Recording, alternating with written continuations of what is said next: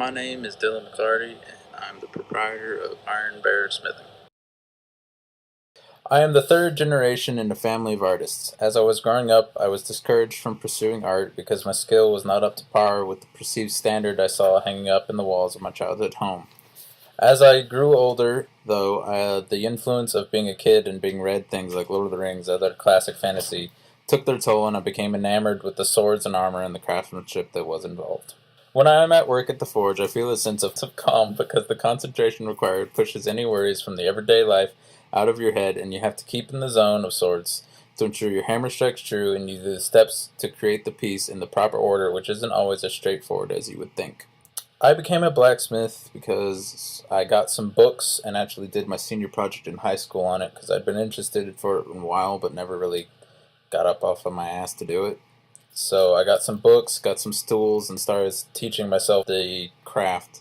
But eventually my parents took some interest and supported it and got me classes at John C. Campbell, which really progressed my skills so I could learn to make things like flower petals and other things. Being a blacksmith has affected my life because I have a lot of burn scars and a hipster-esque view of cheap store-bought ironwork. Things like fire pokers and stuff that are clearly machine-made but sort of are meant to imitate a blacksmith's hand annoy me because there are actually a lot of blacksmiths out there that are looking for business, and we can't we charge more because we have to make a living at it, but it's still, you should appreciate the craftsmanship that goes into something. I learn what my customers want because I ask what the customer wants and how they want it to work. When I finish a piece of art, it means it's done and it's time to sort of take a shower, get a beer, sit back and reflect upon the good parts and the bad parts and what I could do in the future to improve upon that certain item. Like if I make a hook one way, I might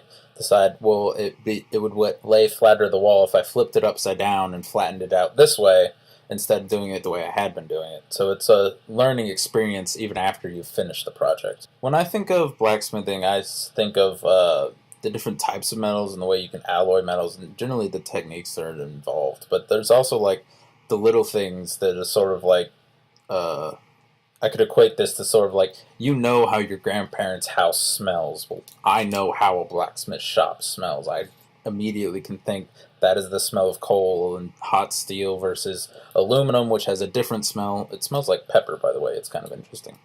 But when I think of blacksmithing, I think mostly of the techniques that are involved and different levels of craftsmanship that you'll see if you start sort of looking for it in other places in the world.